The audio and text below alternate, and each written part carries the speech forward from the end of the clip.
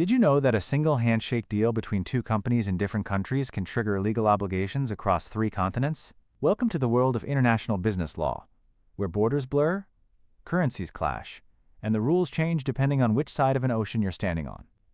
In this video, we're breaking down everything you need to know about international law from a business perspective. By the end, you'll understand how global trade is governed, what protects businesses when they cross borders, and why the agreements countries make with each other matter more to your everyday life than you might think. Let's get into it. Section 1. The basics of international law. So what exactly is international law? At its core, international law is a set of rules and principles that govern relationships between countries, businesses, and individuals operating across national borders. Unlike domestic law, which comes from a single government, international law is built from multiple sources, treaties, customs, and general legal principles that nations agree to recognize. Here's the thing that surprises most people. There's no single world government enforcing international law. No global police force shows up if a country breaks a trade agreement. Instead, the system runs on mutual agreements and reputation. Countries follow the rules largely because breaking them has consequences: damaged relationships, economic sanctions, and loss of trust in global markets. For businesses, this matters because when you operate internationally, you're navigating a patchwork of legal systems. The laws in the United States don't automatically protect you in Japan. The contracts you sign in Germany follow German rules. Understanding this foundation is step 1, but how do countries actually create the agreements that make all of this work? That's where it gets interesting. Section 2. Treaties and international agreements. Treaties are the backbone of international business law. A treaty is a formal agreement between two or more countries that creates binding legal obligations. When countries sign and ratify a treaty, they're essentially promising each other they'll follow the rules laid out inside it. There are 2 main types worth knowing. Bilateral treaties involve 2 countries. Think of a trade deal between the United States and South Korea. Multilateral treaties involve many countries at once, like the agreements that created the World Trade Organization, which has over 160 member nations. The WTO is a perfect example of why treaties matter for business. It sets rules for how countries can treat imported goods, what tariffs are acceptable, and how trade disputes get resolved. When a country violates WTO rules, another country can bring a formal complaint and get a ruling, sometimes leading to authorized retaliation or compensation. For any company doing business internationally, understanding which treaties apply to their industry and their trading partners can mean the difference between smooth operations and costly legal battles. But treaties between governments are just one layer of protection. What about the contracts businesses make directly with each other? That question leads us to our next concept. Section 3. International contracts and dispute resolution.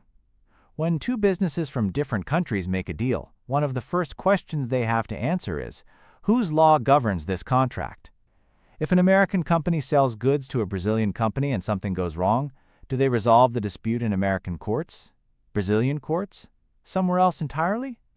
This is why international contracts almost always include what's called a choice of law clause and a choice of forum clause. The choice of law clause specifies which country's legal system will interpret the contract. The choice of forum clause specifies where any legal disputes will be heard. Many international businesses prefer arbitration over traditional court systems. Arbitration is a private dispute resolution process where both parties agree to have a neutral third party, called an arbitrator, make a binding decision. It's often faster, more confidential, and more predictable than navigating a foreign court system. The United Nations has actually created a set of contract rules specifically for international trade called the CISG, the Convention on Contracts for the International Sale of Goods. It provides a standardized framework that many countries have adopted, making cross-border transactions more predictable. Smart businesses know exactly which rules apply before they sign anything. But even with solid contracts, there's another layer of complexity, regulating what can actually be bought and sold across borders.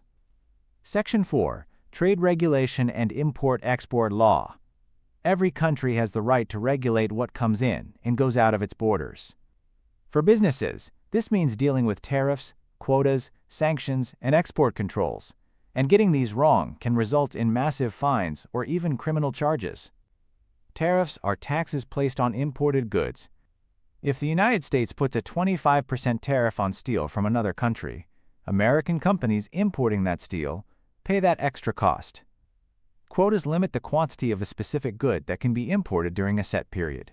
These tools are used to protect domestic industries and as negotiating leverage in trade disputes. Sanctions are a more serious tool. They're restrictions imposed on specific countries, companies, or individuals, often for political or security reasons. American businesses are prohibited from trading with sanctioned entities, and violating these rules carries severe penalties. The Office of Foreign Assets Control, or OFAC, maintains these lists and enforces compliance. Export controls are equally important.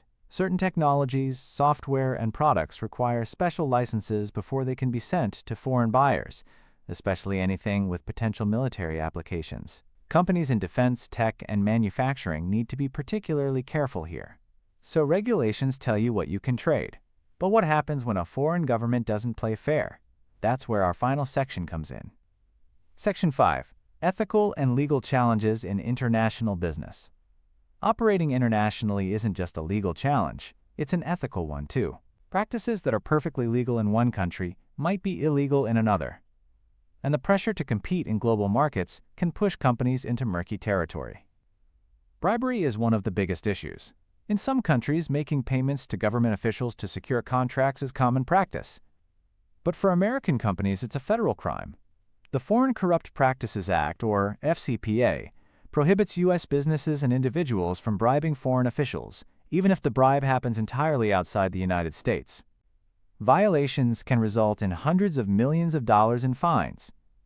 There's also the issue of intellectual property protection. Patents, trademarks, and copyrights don't automatically transfer across borders. A brand that's protected in the U.S. might be counterfeited freely in a country with weaker IP enforcement.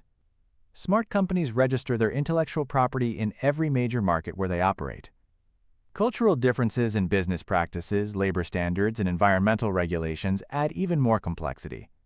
What's considered fair competition or acceptable sourcing in one region may violate standards in another. Navigating all of this requires not just legal knowledge but genuine ethical judgment.